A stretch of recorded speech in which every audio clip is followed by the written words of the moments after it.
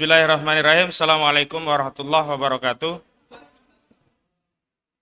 Pertama-tama saya menyapa kepada saudara-saudara kita sebangsa dan setanah air di forum diaspora yang ada di seluruh wilayah penjuru bumi, ya, di Australia, di Amerika, di Inggris, di Malaysia, dan di berbagai belahan bumi lainnya.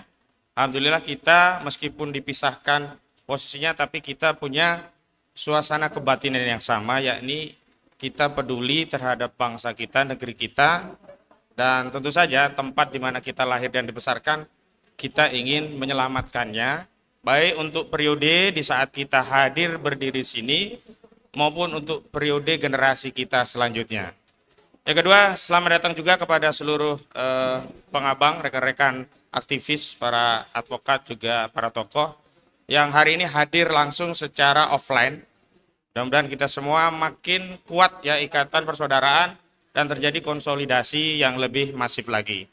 Baik, ada beberapa hal yang ingin kami sampaikan. Yang pertama, insya Allah pada hari Senin tanggal 7 Juli 2024, saya tambah satu, kurang lengkap ya, 2024 ditambah satu, yakni 2025, kita akan datang ke Polda Metro Jaya untuk memberikan informasi tentang sikap kita, kenapa pada undangan klarifikasi sebelumnya tidak hadir, dan kenapa ada undangan klarifikasi disampaikan lagi kepada kami, dan seluruh pihak yang diundang akan dihadirkan.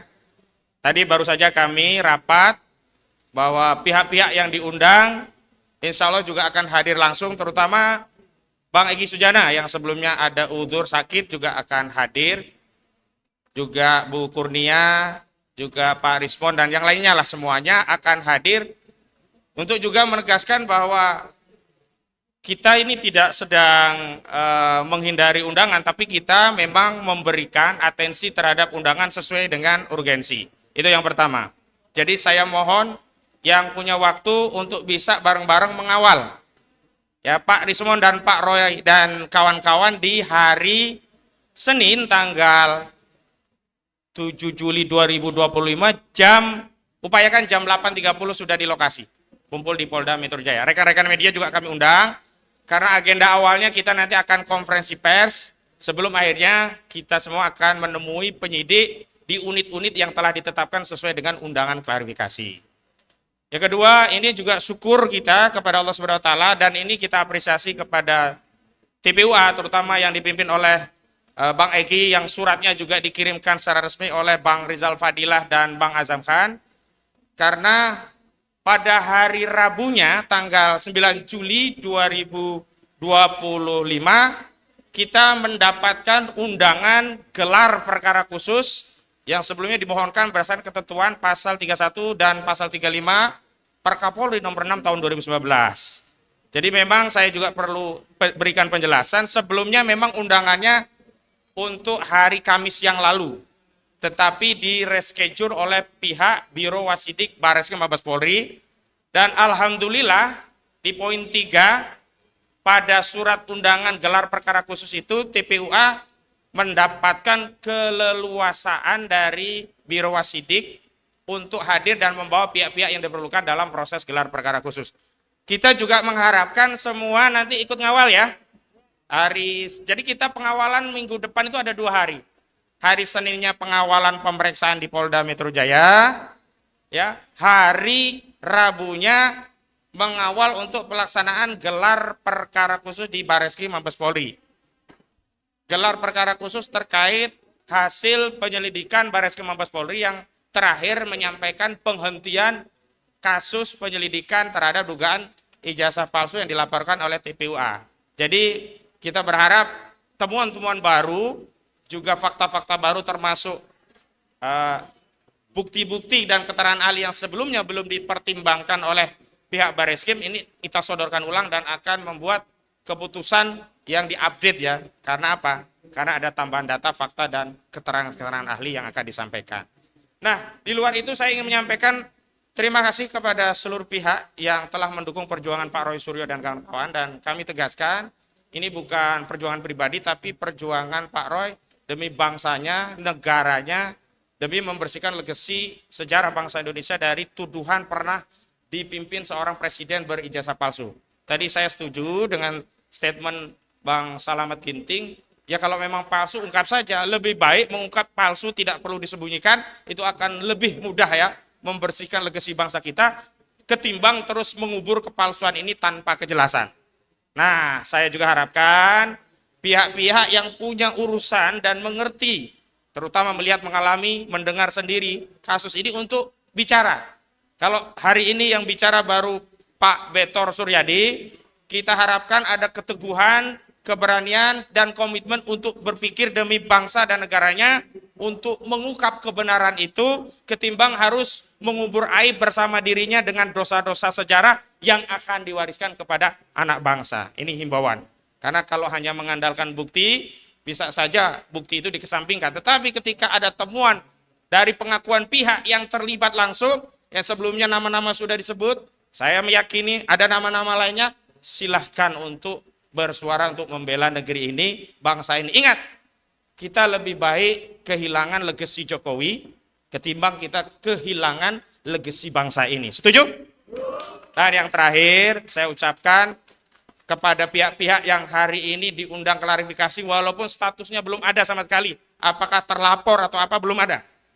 Saya himbau, saya beri nasihat untuk meneguhkan komitmen, dan ini adalah perjuangan bukan hanya rakyat, perjuangan kita, dan terutama ada orang-orang yang dipilih untuk mengambil peran dalam perjuangan lebih besar, dan tentu saja dengan kompensasi pahala yang lebih besar, tetapi setiap kompensasi pahala yang lebih besar akan berbanding lurus dengan beban yang lebih besar.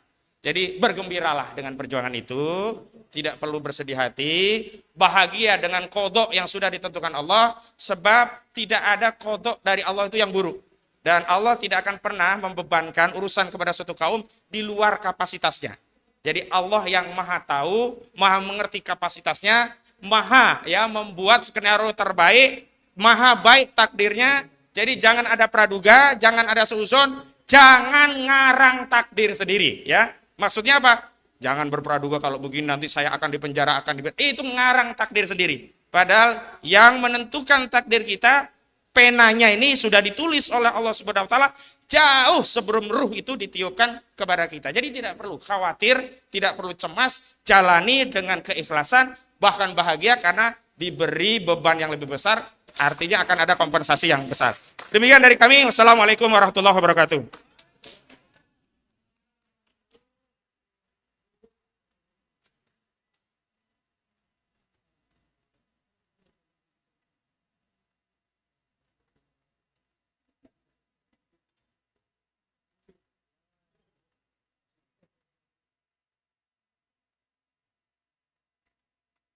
Assalamualaikum warahmatullahi wabarakatuh.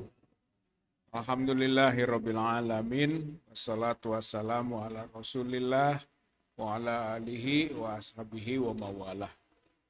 Bapak Ibu yang saya hormati, baik yang hadir di tempat ini maupun yang mengikuti kegiatan diskusi dari Forum Diaspora Indonesia di 25 negara. Yang mudah-mudahan seluruhnya ada dalam rahmat Allah, barokah Allah Subhanahu wa taala.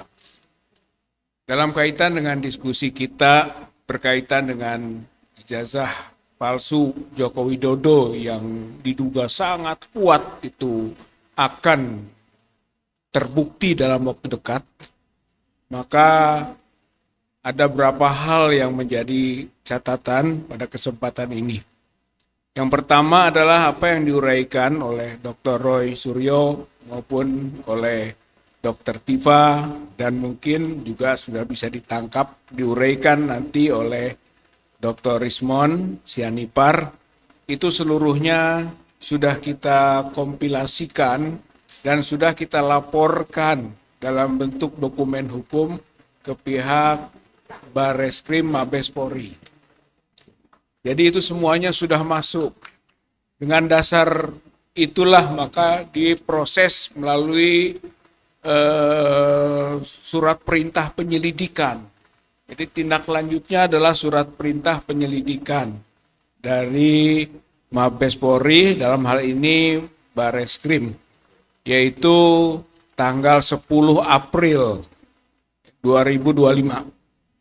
Kemudian pada tanggal 22 Mei 2025, Dirtipidum Brigjen Johandani Raharjo Purwo itu mengumumkan bahwa penyelidikan dihentikan karena tidak ada unsur pidana yang didapatkan. Tentu itu sangat mengejutkan, dan bagi TPUA yang melaporkan atau mengadukan dalam kapasitas pengaduan masyarakat, itu hal yang tidak benar, gitu kan, dan hal yang melanggar hukum. Maka kita mengajukan keberatan pada tanggal 26 Mei 2025. Diajukan keberatan. Keberatannya itu dengan berbagai argumen hukum, gitu kan. Bahkan kemudian didesak agar ada gelar perkara ulang.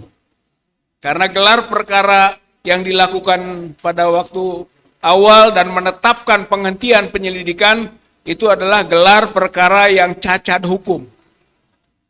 Nah, gelar perkara ulang itu terminologinya adalah yang disebut dengan gelar perkara khusus. Dan ternyata dalam proses berikutnya gelar perkara khusus itu dikabulkan. Saya kira keberatan kita itu yang menyatakan dengan berbagai alasan hukum yang kita kemukakan itu dinilai benar. Sebab kalau tidak dinilai benar, dia akan tetap berjalan proses penghentian. Tapi ini tidak, yaitu gelar perkara khusus dikabulkan tanggal 3 Juli yang lalu, yang kemudian ditunda tanggal 9 Juli 2025 yang akan datang. Dengan gelar perkara khusus inilah sekarang kita punya harapan.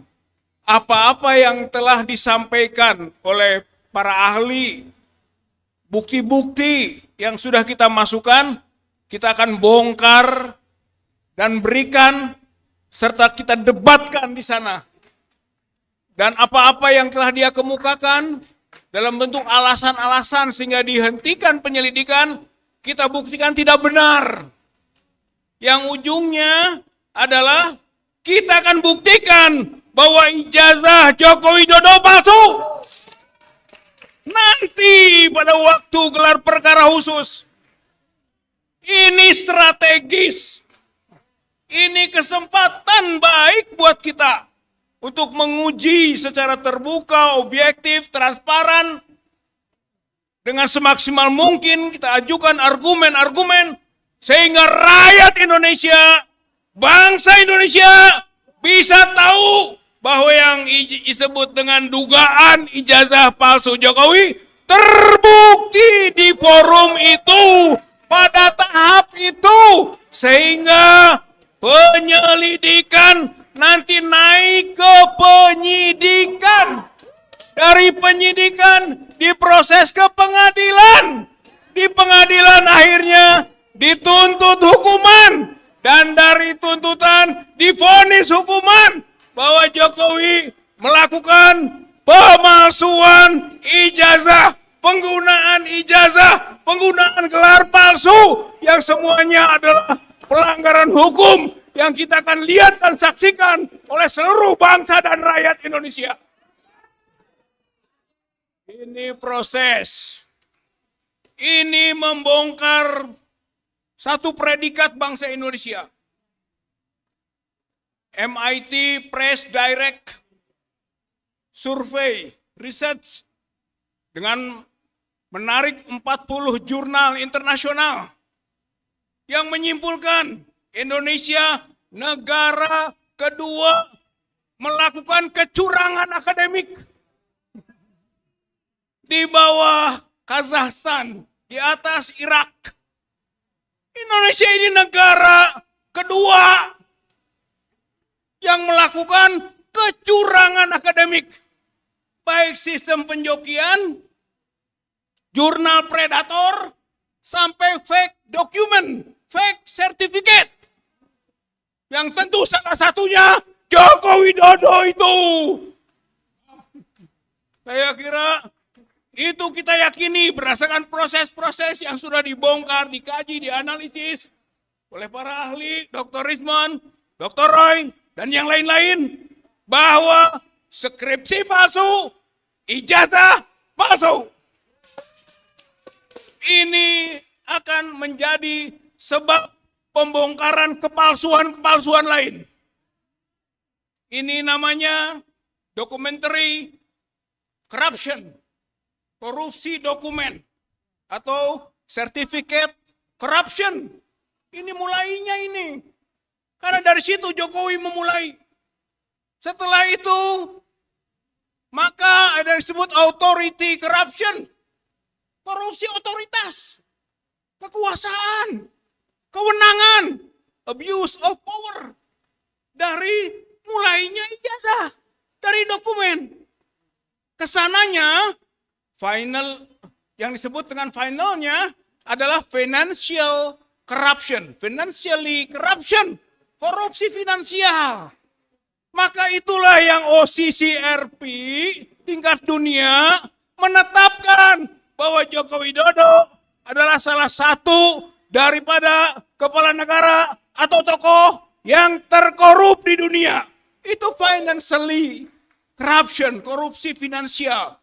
Jadi mulainya dokumen, kemudian kewenangan, akhirnya urusan duit yang dirampok, duit yang dikorupsi, kekayaan negara yang dirampas dengan tidak hak, rakyat yang disengsarakan akibatnya.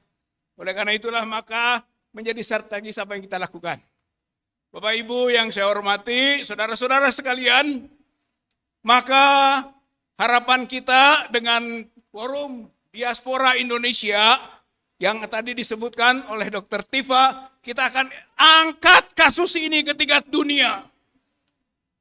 Kita berharap nanti bukan hanya ada universitas di dunia ini, di berbagai daerah dan negara kita yang ada mungkin diaspora kita, atau juga lembaga-lembaga riset yang ada dalam skala internasional, bisa mengangkat dokumen ini.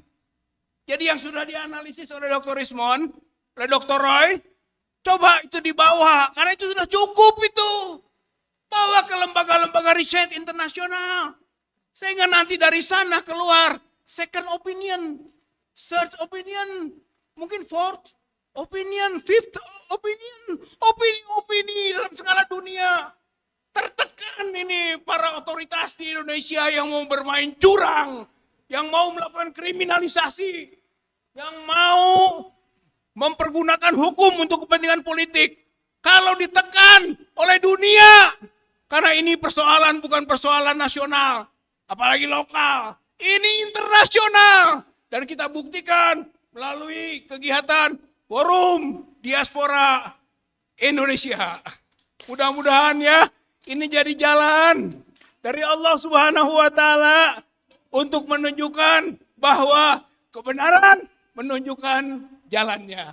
Kebenaran menemukan jalannya sendiri dengan pembuktian, kejujuran, kebenaran, keadilan akan tegak pada waktunya. Insya Allah Bapak Ibu berjuang di sini tidak sia-sia. Akan nanti tunjukkan Allah. Fathun Qorib, kemenangan sudah dekat. Sudah dekat Bapak-Bapak Ibu-Ibu. Bola sudah di kotak penalti. Ini kotak penalti bola. Tinggal ditendang. Gol. Palsu.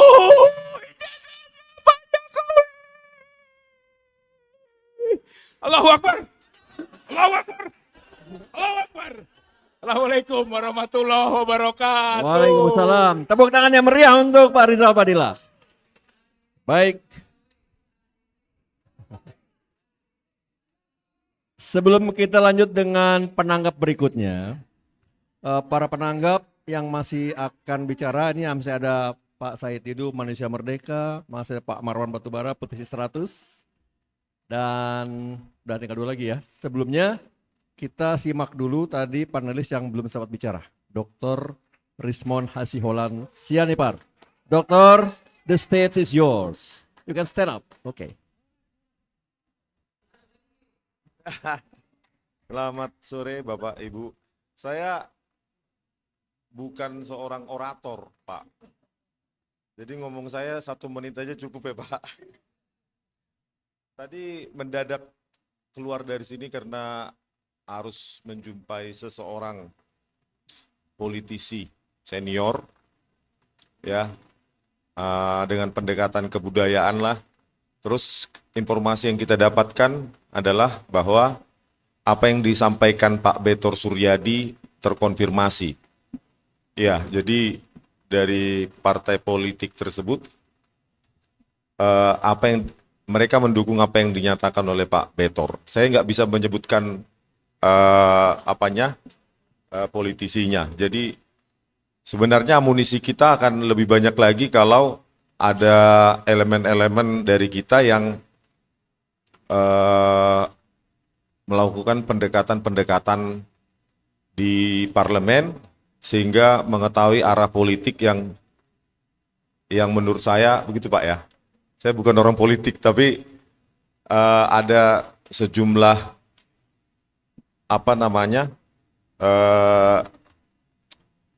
politisi yang bisa didekati secara kebudayaan untuk mengetahui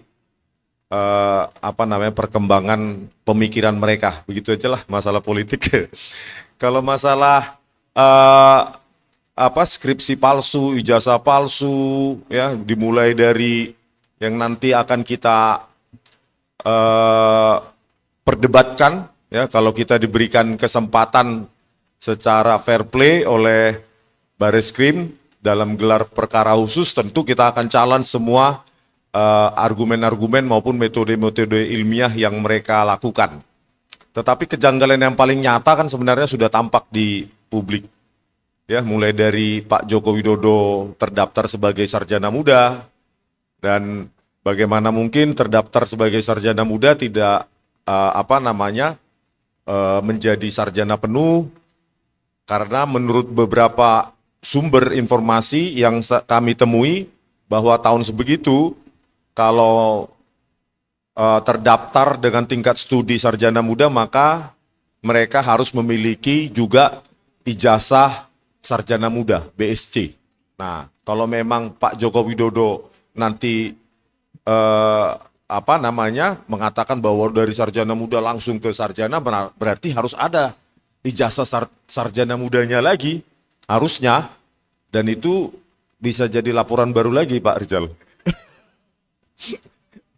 Iya. Terus belum lagi mata kuliah MKDU yang bernilai C, statistik, fisika, matematika. Ya, MKDU itu mata kuliah dasar umum, tidak mungkin D bisa lulus. Bang Refli lulusan UGM juga pasti tertawa itu. Nilai mata kuliah MKDU itu nilai D bisa lulus. Di situ saja sebenarnya sudah luruh itu, groundless itu, bahwa pengakuan dari UGM yang meyakini bahwa ijazah Pak Jokowi itu asli. Dari situ juga bisa kita lihat juga bahwa tidak ada nilai di dalam daftar nilai yang tidak ada skripsinya, sarjana tanpa ada nilai skripsi, terus yang sudah beredar juga tahun KKN yang berbeda, jumlah SKS-nya juga sangat minimalis untuk seorang sarjana, dan metode-metode nanti yang akan kita jelaskan kalau diberikan kesempatan di Bareskrim, ya kita challenge. Saya akan mempersiapkan PowerPoint maupun demonstrasi langsung kalau disetujui ya Pak ya. Optimis Pak diizinkan kami, Pak Roy dengan saya. Kalau nggak diizinkan berarti kita walk out, langsung konversi Pak ya di depan ya. Nah, ketika live dengan Pak Rifai, pengacara dari pihak Pak Jokowi, mereka keberatan Pak. keberatan dengan kehadiran saya dengan Pak Roy. Berarti ada indikasi mereka ada usaha-usaha untuk menolak kami besok Pak, hari Rabu. Bagaimana persiapan kita? Walk out gitu ya Pak ya? Atau mereka yang walk out ya Pak ya? Jadi mulai dari skripsi, ijazah, saya sudah mempersiapkan sejumlah metode dan itu harus berupa counter attack dan kalau bisa itu diliput oleh media secara terbuka. Kalau tertutup, nanti masing-masing memberikan penjelasan dan memberikan konferensi pers sendiri dengan versinya sendiri nanti Pak. Sebaiknya itu diverifikasi dengan kita paksa atau kita tekankan supaya media bisa meliputnya secara terbuka. Bisa itu Pak? Pak Marwan bisa? Seharusnya bisa ya Pak ya? Tapi bukan gelar perkara terbuka Pak. Khusus ya. Jadi apalagi? Semua hal yang lama sudah sih ya, sudah banyak di media sosial termasuk bagaimana tangan kekuasaan Tuhan menunjukkan bahwa kami yang tanpa berencana, ya surprise, terkejut, ternyata muncul kepalanya Pak Kasmujo. Pak Kasmujo itu, terus langsung ada 2 poin utama. Apakah Bapak bukan dosen pembimbing skripsi? Bukan. Bukan pula dosen pembimbing akademik. Agak pikir dia dikit, bukan. Bukan dosen pembimbing akademik Pak? Bukan. 2 kali pertanyaan itu dan confirm. Berarti harusnya Joko Widodo sudah bisa dilaporkan pembohongan publik. Karena tahun 2017 di video tersebut, meskipun secara eksplisit tidak disebutkan bahwa Pak Kasmujo bukan dosen pembimbing skripsi, tetapi semua orang menyimpulkan, publik menyimpulkan, wartawan menuliskan bahwa pada saat itu Pak Kasmujo adalah dosen pembimbing skripsi. Yang dibantah oleh Pak Kasmujo, dikoreksi oleh Pak Jokowi. Setelah itu hasil koreksinya juga dibantah. Betapa lemahnya civil society kita. Kalau kita bohong, dengan gampang Jokowi melaporkan kita. Dia bebas berbohong. Dia bebas menipu rakyat. Enggak ada tuh yang berani civil society kita kecuali TPUA. Makanya saya sangat respect kepada TPUA yang enggak takut di penjara apapun risikonya melaporkan. Mana elemen-elemen masyarakat lain yang berani? Coba itu, Joko Widodo laporkan dong. Telah menipu Pak Kasmujo sebagai dosen pembimbing skripsi. Setelah itu berubah lagi dosen pembimbing akademik dan dibantah oleh Pak Kasmujo. Itu video Pak Kasmujo kan bisa sebagai bukti bahwa Pak Jokowi itu berbohong. Mana elemen masyarakat lain? Apakah hanya TPUA yang berani di Indonesia ini? Ormas-ormas lain mana? Apakah sudah dapat tambang? Ya kan Pak? Iya mana? Backup dong kami, gitu loh. Kami kan berjuang bukan untuk Bu Tifa, Pak Roy, saya, Pak Rizal. Ini untuk kita semua. Coba bayangkan. Di backup dong kami, mana elemen-elemen masyarakat yang lain. Kok berdiam diri, tapi kalau Indonesia baik nanti tinggal panen. Begitu. Ya Pak Marwan, bisa ya Pak ya? Atau kita laporkan ke DPR Pak? Loh, kan tahun 2017 Pak Jokowi kan sedang menjadi presiden. Apa nggak ada pasal kebohongan untuk seorang presiden? Yang ahli hukum kan banyak ini Pak. Kalau saya kan ahli di lapangan aja. Terus apa lagi? Ya intinya metodologi ya akan kita challenge karena pada saat ditampilkan oleh Dirtipidum ada 6 dokumen sekaligus yang ditampilkan, tetapi usianya sama tapi warna kertas berbeda. Itu penjelasannya apa? Penjelasannya harus saintifik dong. Ya. Kenapa kita melakukan digital forensik? Karena kita tidak bisa menyita. Kalau saya bisa menyita itu skripsi saya ambil dari UGM, ya saya biaya sendiri untuk di Serpong sana, di uji lab. Karena kita tidak bisa menyita, terpaksa kita belajar mempelajari pola di dalam digital forensik itu. Karena kita tidak bisa menyita. Sama seperti kenapa bisa kita ilmuwan misalnya bisa mengatakan bahwa bumi itu bulat. Karena polanya bulat, meskipun kita tidak pernah mengitari bumi. Terus membuktikan sendiri bulat. Tetapi itulah ilmuwan, bahwa dari skripsi yang secara teknologi, perkembangan atau evolusi teknologi itu melawan hukum waktu, hukum alam, maka itu bisa dipastikan itu palsu. Skripsi palsu, ya Pak, preteksnya skripsi palsu pasti ijazah palsu. Makanya kalau kita bisa sita itu pinjam sama Bu Rektor, Bu, bisa nggak pinjam skripsinya? Selesai itu, saya bawa aja. Ada punya teman peneliti di Serpong, tolong bro, teliti ini beda usia kertas antara lembar pengesahan skripsi dengan prakata dan setelahnya. 1 minggu jadi Pak. Tapi karena kita tidak punya kewenangan untuk menyita, maka kita lakukan cara lain.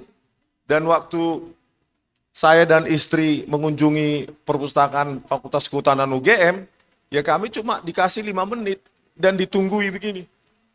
Bentar ya Pak. Udah Pak.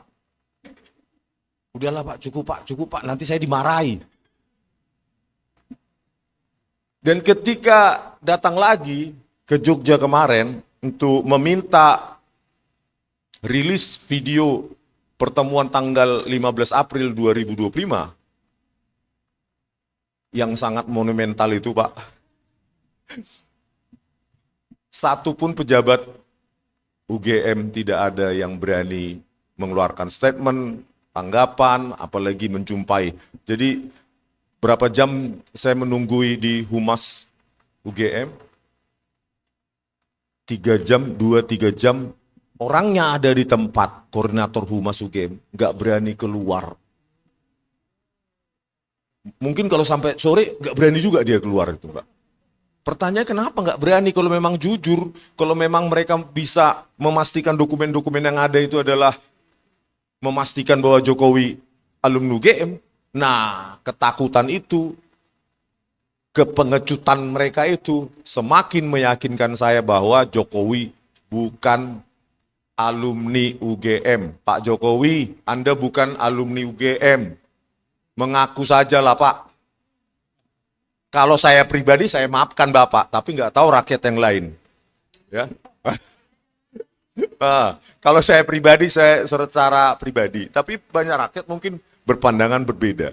Tetapi Pak, dokumen-dokumen itu, kejanggalan itu sudah terlalu banyak Pak.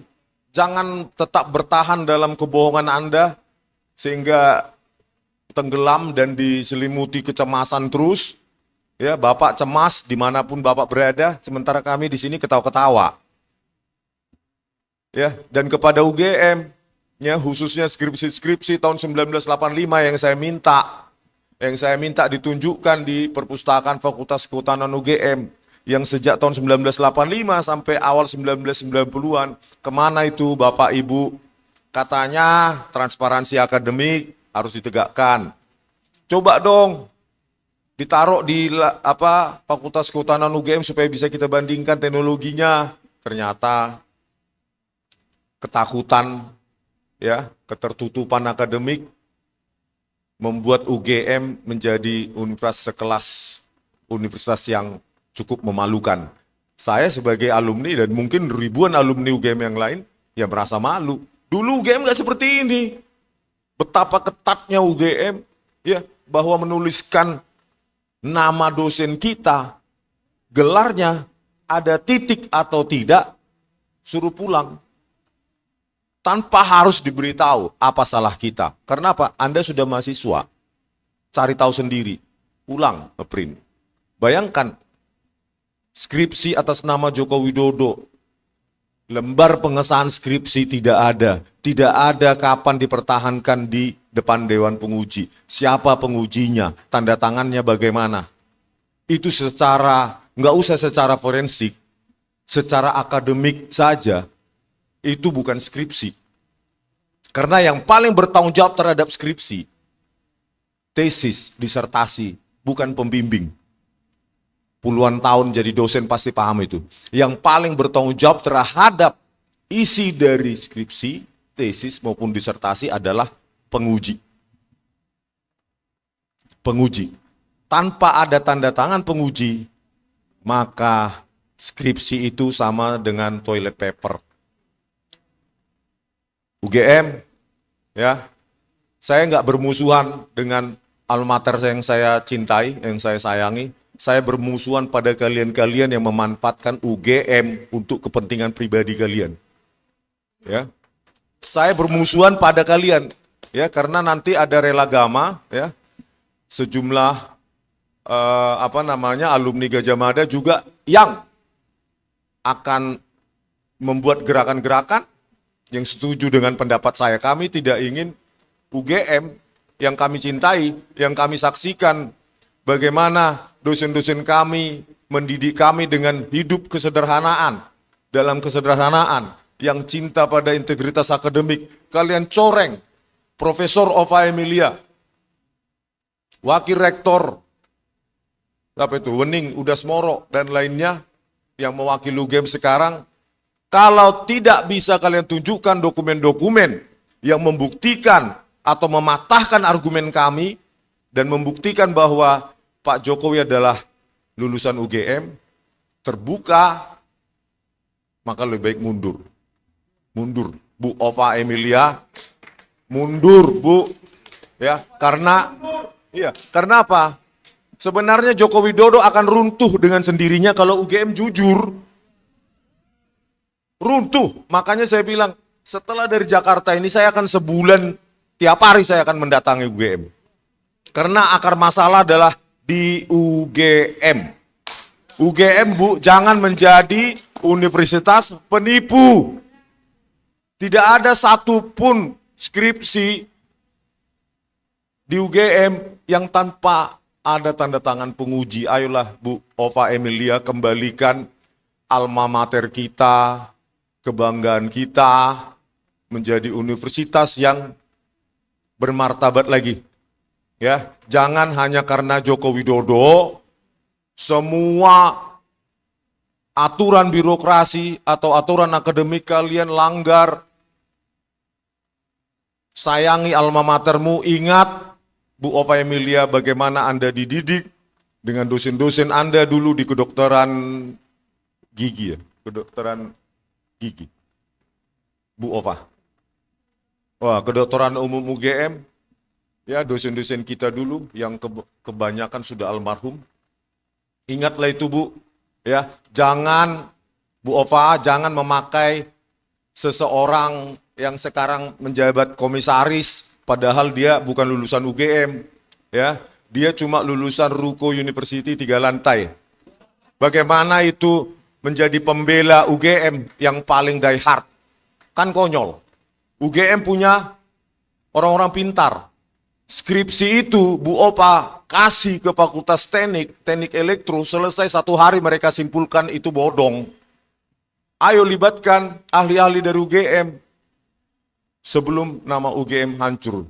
Ya, jangan libatkan lagi itu die hard Jokowi, relawan Jokowi, ya, Projo lah, apalagi itu Joman lah, apalagi itu sedulur Jokowi lah.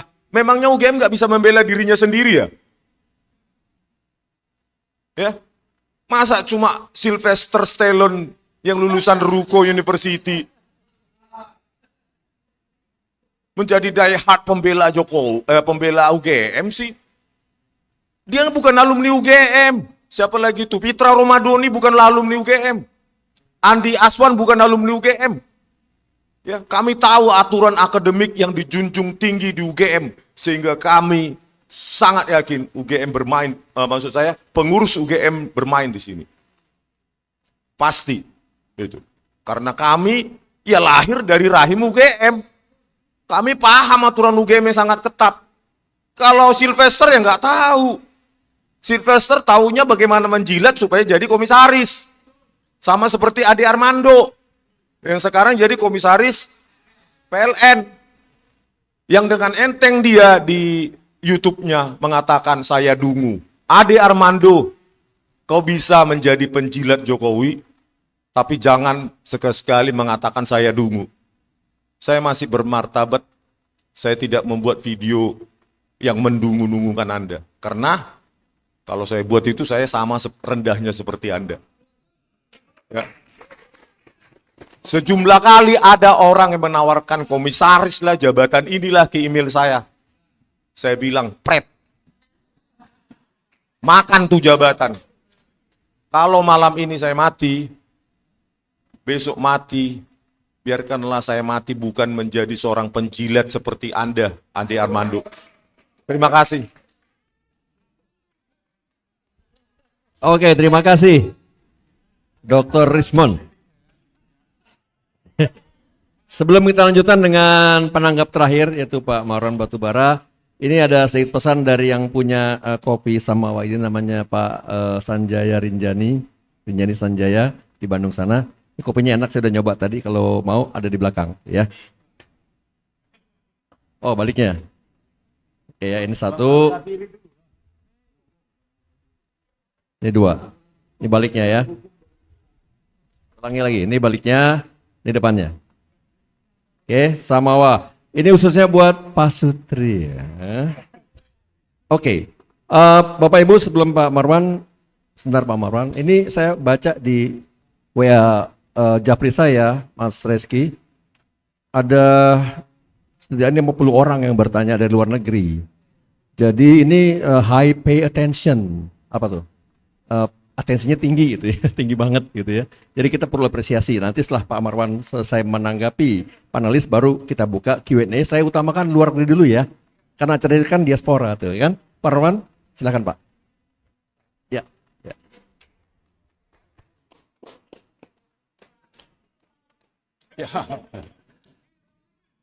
Ya, terima kasih. Assalamualaikum warahmatullahi wabarakatuh.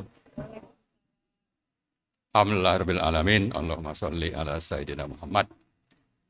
Pertama, saya kira kita perlu menanggapi atau memberi penilaian terhadap acara ini. Acara yang diselenggarakan oleh Bang Refli dan Forum Diaspora Indonesia, FDI. Jadi kolaborasi ini saya nilai sebagai awal dari gelar perkara khusus. Ya, ini gelar perkara khusus oleh rakyat. Dan saya kira ini lebih objektif untuk menjadi dasar para pengambil keputusan, terutama Pak Prabowo yang punya kuasa terhadap Kapolri. Untuk diapain ini Kapolri? Ya, jadi menilai acara ini, tadi saya lihat presentasinya Mas Roy, itu sangat jelas. Lalu ada Lae Rismond. Ini sesuatu yang tidak terbantahkan. Jadi karena itu, tidak ada alasan seandainya pun nanti mau tertutup, ya. Kalau memang mau gelar perkara khusus, lakukanlah terbuka. Lakukanlah sesuai dengan aturan main hukum, yaitu pro justisia. Jadi ini satu hal. Kemudian yang kedua, kita sebetulnya kalau bicara ijazah palsu ini mirip-mirip dengan yang terjadi di PIK 2. Apa yang dilakukan oleh orang-orang di level kedua dari Pak Prabowo, itu bukan berupaya untuk membongkar kejahatan. Nah, sama juga ini, yang dilakukan Polri ini, saya nilai bukan untuk bagaimana keadilan atau hukum ditegakkan. Kalau kita lihat Undang-Undang Polri, nomor 2, 2002, itu kan ada 3 tugas pokok, memelihara keamanan dan ketertiban masyarakat. Kemudian yang kedua, menegakkan hukum. Yang ketiga, melindungi masyarakat kita ini. Nah, apa yang dilakukan oleh Polri? Apakah sudah menegakkan hukum? Ya, karena itu saya anggap Polri itu bagian dari Jokowi yang pimpinannya itu harus segera diganti oleh Prabowo. Kenapa? Karena dia tidak menjalankan hukum, tugas pokoknya sesuai dengan Undang-Undang Polri, terutama terkait kasus ini secara pro justisia. Jadi Polri-nya sendiri memang menjadi masalah bagi kita untuk bagaimana hukum atau asli tidaknya ijazah Jokowi itu bisa terungkap. Kenapa? Karena memang tadi yang terjadi adalah bagaimana Polri itu berada memihak untuk melindungi bagaimana supaya kejahatan Jokowi ini bisa ditutupi, yaitu terutama dari sisi kepalsuan ijazah. Kemudian yang ketiga, kalau kita bicara Polri, misalnya terkait dengan penegakan hukum. Bicara tentang bahwa Polri ini sebetulnya sudah menjadi bagian dari konspirasi yang di bawah kendali Jokowi. Sementara kalau bicara ijazah palsu, menurut KUHP 263, ini adalah delik pidana yang ancamannya itu 6 tahun, 7 tahun. Lalu setelah berbohong, dia menjadi presiden, kejahatan otoriternya ini bertambah-tambah termasuk menggunakan jasa dalam petik Polri. Belum lagi banyak hal-hal yang terkait dengan bagaimana petisi 100 misalnya, Pak Rizal hafal itu berapa banyak undang-undang yang sebetulnya dilanggar oleh Jokowi selama menjadi presiden. Jadi dimulai dengan ijazah palsu, pidana 7 tahun, berlanjut dengan berbagai kejahatan, ya ini kan sudah bisa sebetulnya kita menganggap Polri ini berkonspirasi, kolaborasi dengan Jokowi melakukan kejahatan, termasuk bagaimana Polri itu bekerja untuk aguan misalnya, atau berbagai hal lain. Jadi karena itu kita memang harus menyadari yang kita hadapi itu bukan cuma Jokowi, ini satu orang. Yang lain itu adalah Polri yang memang bagian dari konspirasi jahat. Jahat bukan cuma pidana ijazah, tapi berbagai kejahatan lain yang kita saya kira sudah banyak paham dan banyak sudah mengumpulkan bukti-bukti. Nah jadi karena itu saya kira yang mendesak untuk kita lanjutkan adalah bagaimana proses pro justisia, terutama melalui yang namanya gelar perkara khusus itu bisa terlaksana dengan benar. Dan untuk itu ada beberapa lembaga yang kita ketuk pintu hatinya untuk juga bersuara. Salah satunya itu adalah partai. Saya mengasumsikan Bitor itu hanya orang di bawah dan tidak terlibat dalam pengambilan keputusan waktu pencapresan Jokowi misalnya. Jadi bisa saja Jokowi, PDIP itu tidak paham atau tidak tahu bahwa ini ijazahnya palsu. Tapi cukup banyak sepertinya partai-partai lain itu tertipu. Ya, karena tidak tahu di awal bahwa sebetulnya ijazahnya bermasalah. Ini sama kasusnya dengan Prabowo tertipu oleh Fufu Fafa yang justru melakukan hate speech, ya, menjelek-jelekan keluarga Prabowo. Tapi itu terungkapkan setelah ada pencalonan presiden dan wakil presiden. Jadi saya tadi memperhatikan apa yang disampaikan oleh Pak Slamet. Saya kira bisa saja partai tidak mau ya. Saya kira alasannya bisa saja partai dulu saya nggak tahu, sekarang sudah tahu bahwa ini penjahat sebetulnya. Saya tidak tahu kalau dulu itu dia berbohong, ijazahnya palsu, maka saya dukung. Tapi kalau sudah tahu dari awal, kan bisa begitu sebetulnya kasusnya. Jadi karena itu kita menghimbau ya, satu kepada Pak Prabowo, penjahat di Polri ini yang dipimpin oleh yang namanya Sigit Kapolri, itu harus segera diganti karena terlibat dalam proses kejahatan sistemik kriminal. Ya. Yang kedua, kita minta DPR juga menaruh perhatian dan melakukan sesuatu, termasuk PDIP. Ya, kalau sudah ditipu Jokowi, ya jangan diam saja, ya. Jadi partai-partai kita tuntut.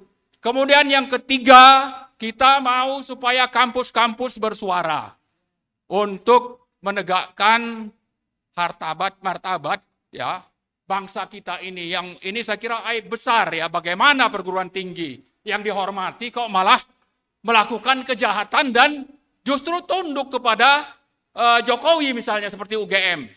Nah, karena itu juga mungkin saya sepakat itu yang akan dilakukan oleh alumni, sudah menyatakan pernyataan sikap, dikasih ultimatum berapa hari, ini supaya mundur saja itu yang namanya rektor dan semua pimpinan yang ada di atas yang membela ijazah Jokowi itu. Kemudian yang mana yang lain? Saya kira ormas-ormas ya, atau gerakan-gerakan dari mahasiswa dan sebagainya, mari kita bergabung bersama-sama untuk apa? Untuk supaya yang namanya gelar perkara khusus pro justisia ini bisa benar-benar terwujud dalam waktu dekat.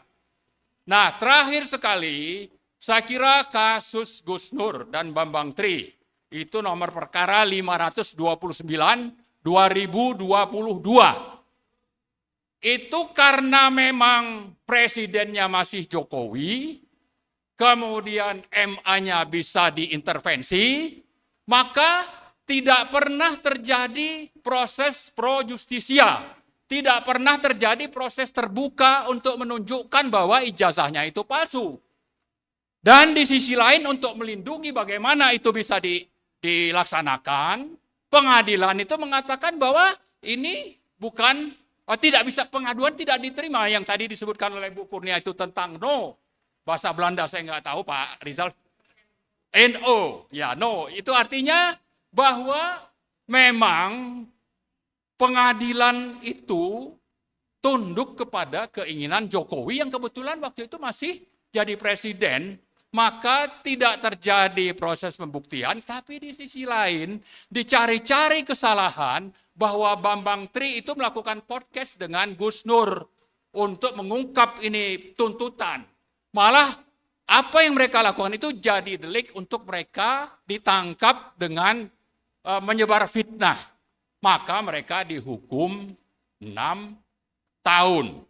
Nah, saya melihat kalau kita urut laporan dari TPUA Desember 2024, lalu diputus ini ijazahnya asli, bukan diputus, dinyatakan ya, tanggal 22 Mei, maka ini sama seperti tadi, NO.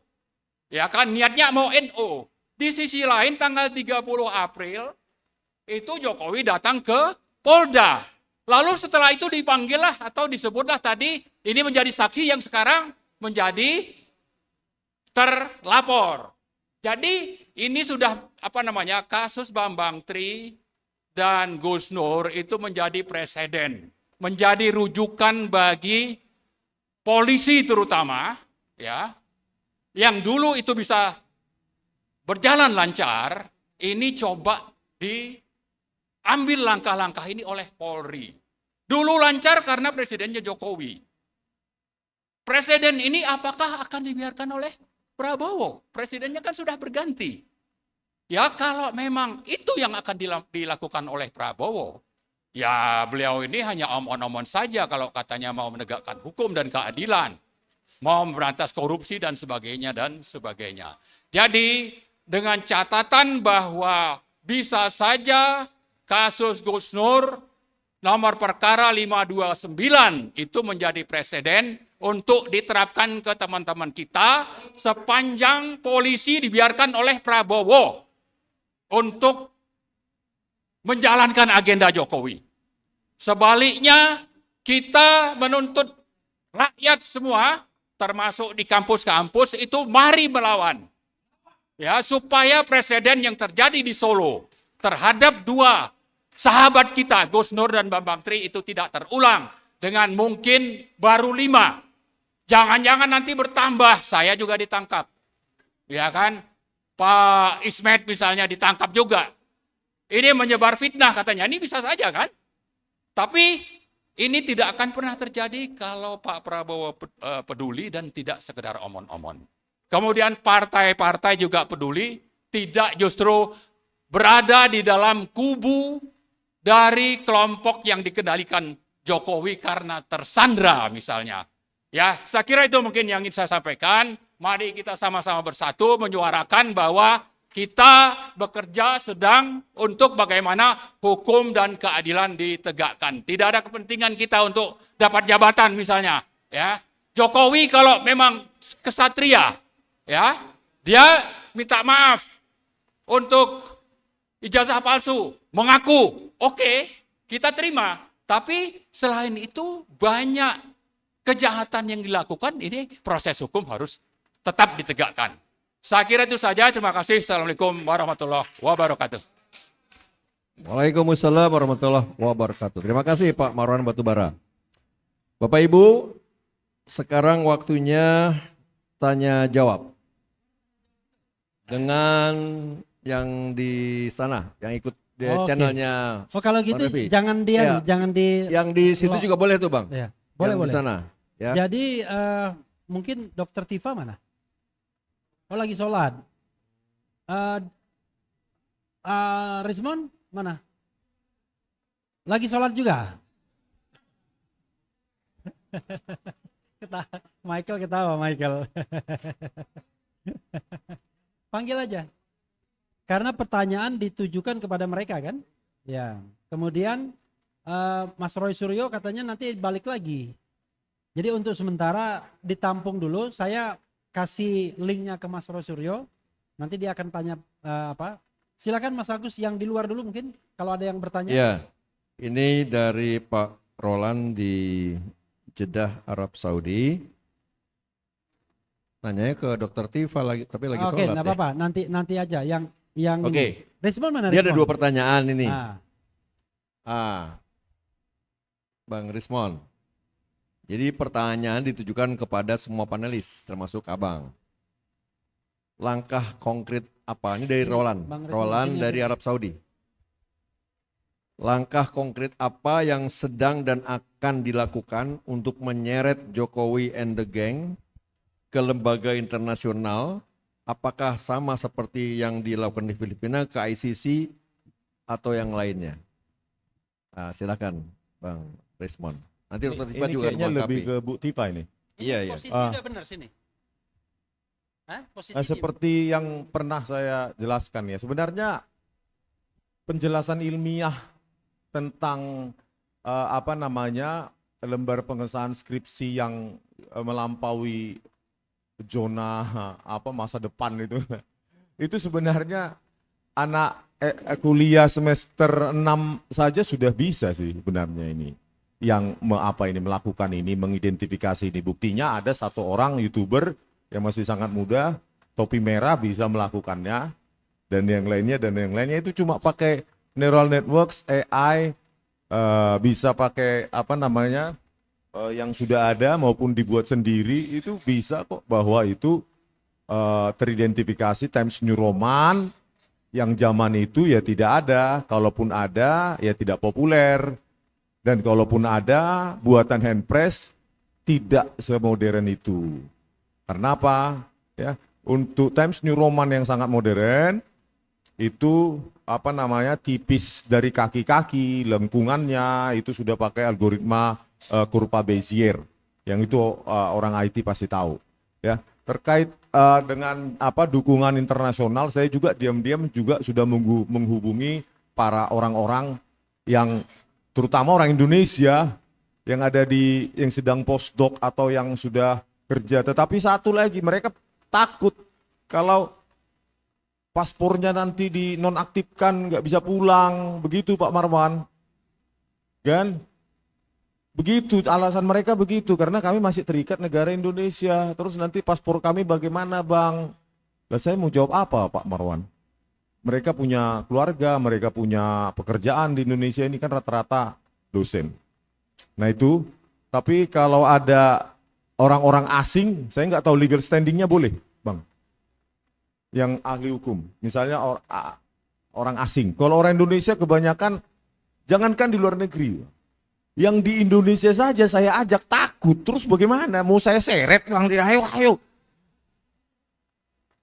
Nggak bisa memang, nggak mau. Caranya bagaimana membuat menghardik mereka supaya berani?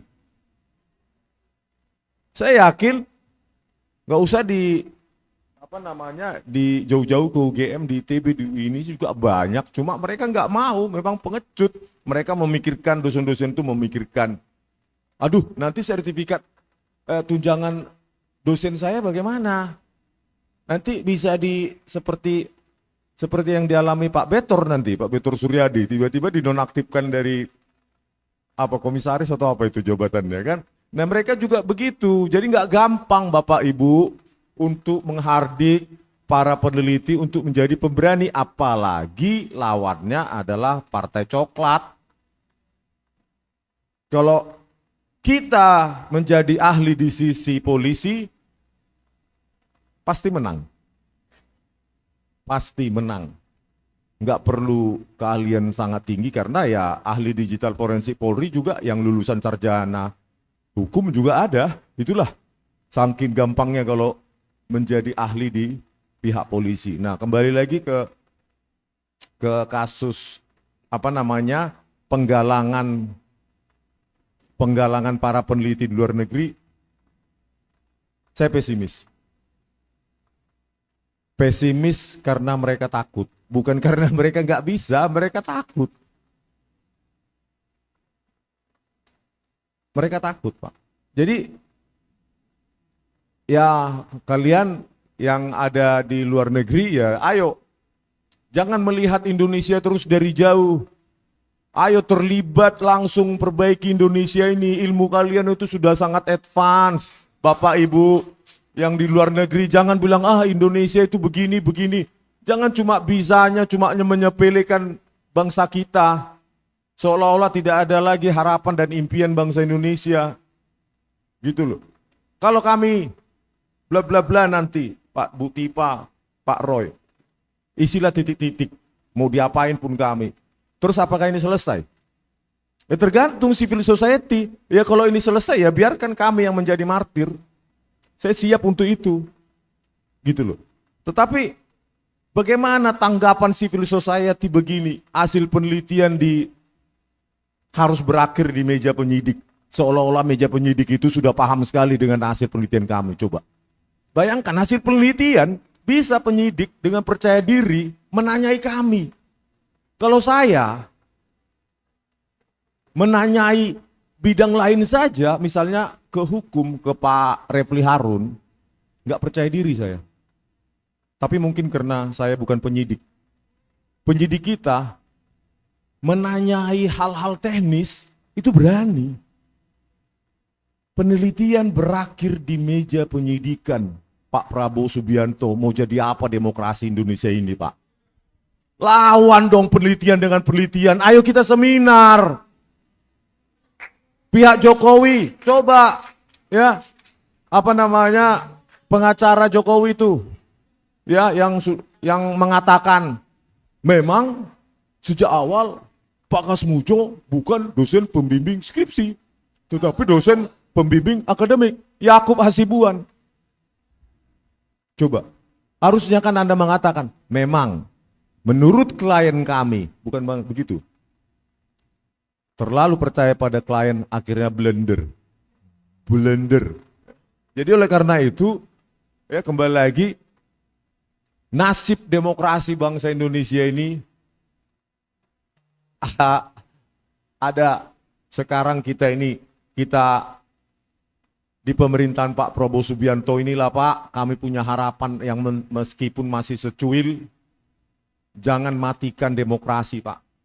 Jangan matikan demokrasi. Bayangkan ini di negara maju. Bapak Prabowo Subianto katanya punya saudara banyak di Jerman. Bayangkan Pak kalau ini, apa yang kami lakukan ini, kajian-kajian kami ini terjadi di Jerman. Jerman pasti jadi negara dunia ketiga. Berpendapat, meneliti, bisa berakhir di penyidikan. Meskipun orang yang menyelidik kami atau yang menyidik kami itu nggak paham apa-apa. Nggak paham apa-apa.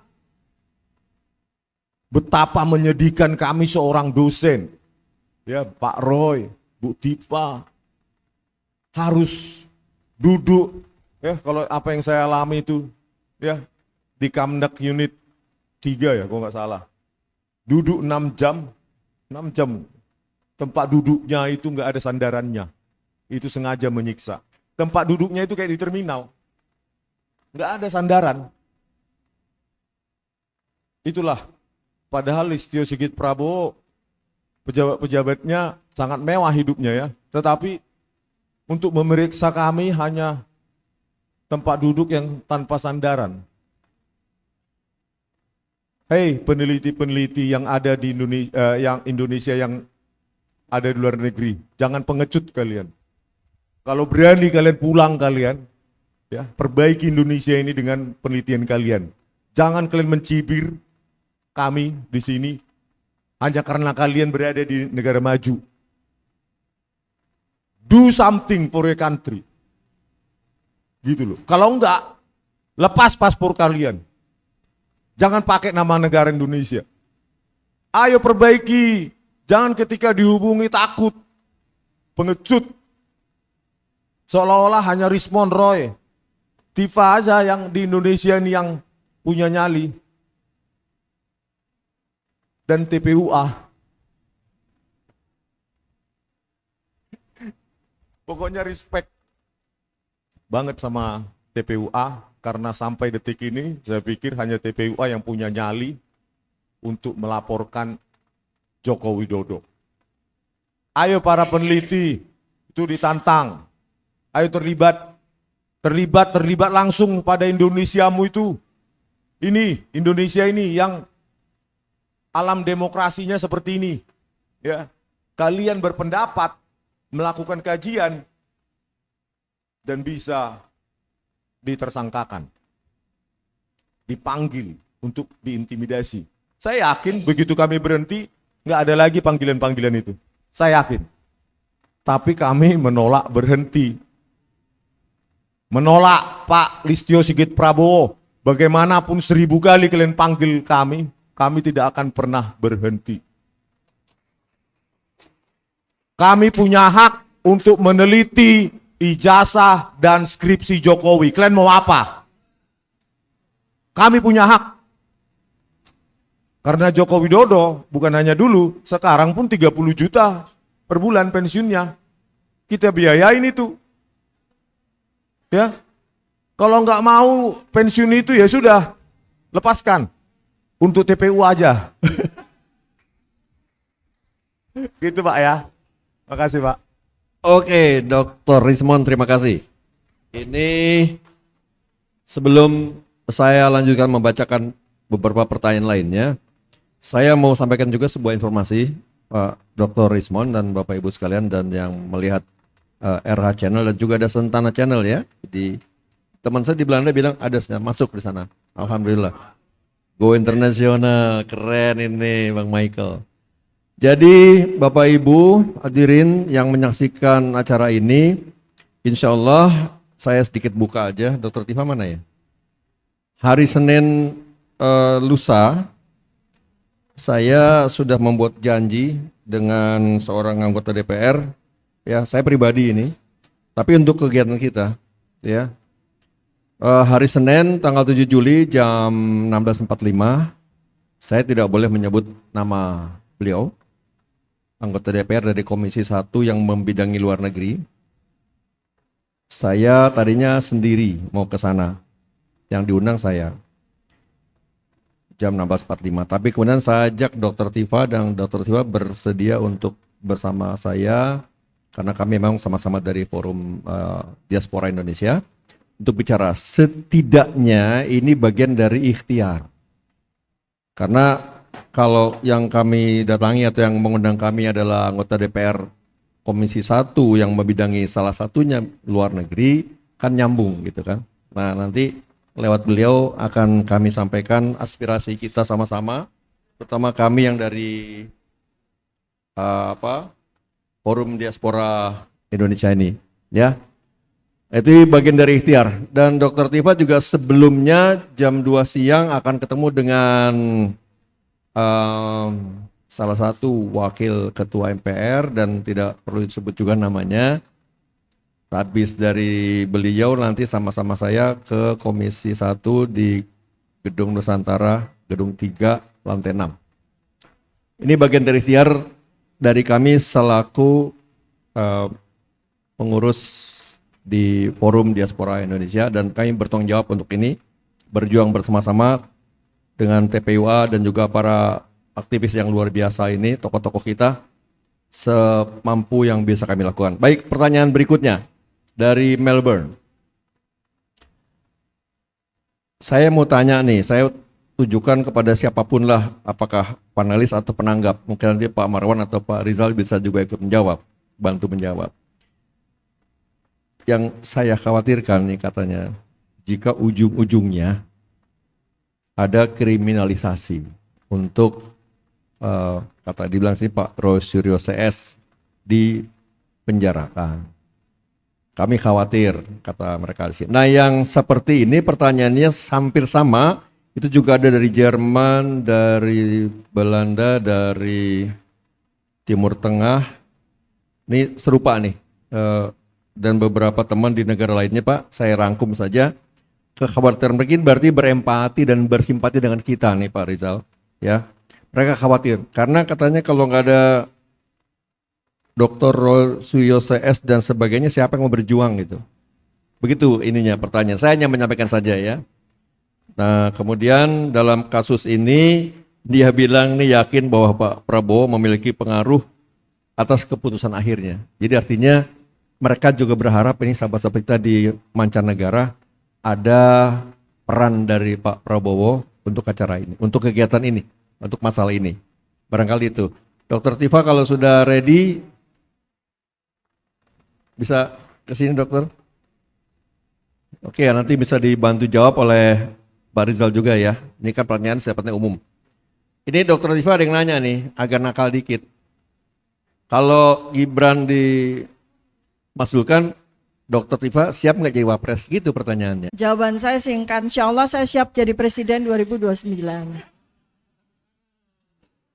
Nggak ada yang tepuk tangannya. Serius ini, deklarasi ini.